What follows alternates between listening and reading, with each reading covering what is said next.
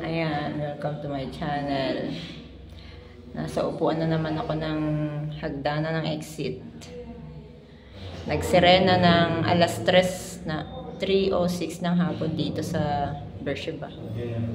Bali, 4 ang rocket alert sa iba-ibang lugar. Pero dito isang sirena. Napakaraming pagsabog. Ayun. May 3 pa akong stay over. Pahinga daw muna ako.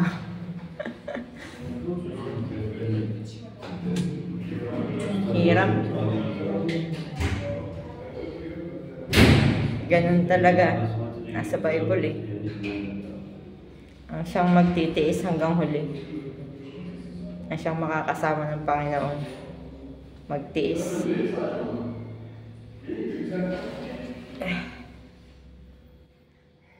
Naiinip na ako dito sa hotel eh. Parang gusto kong matulog ulit sa apartment namin.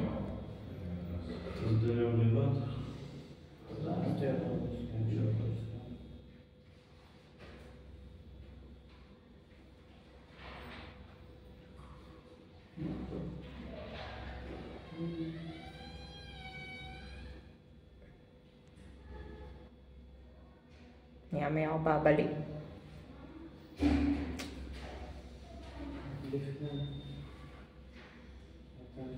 Bye-bye.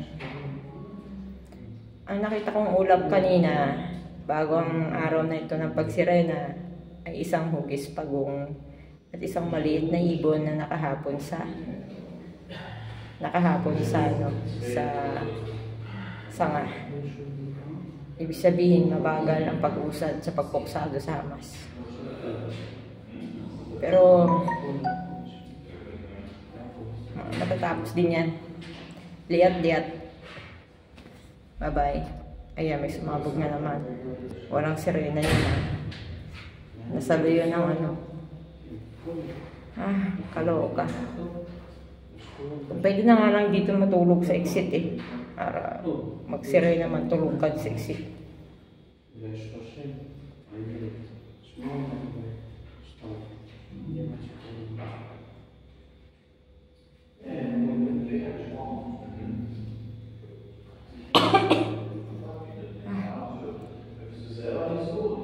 Simulan ko palang maglinis dun sa isang room, biglang ganun. Okay. Bye-bye. Panoorin niyo po yung nakita ko kanina.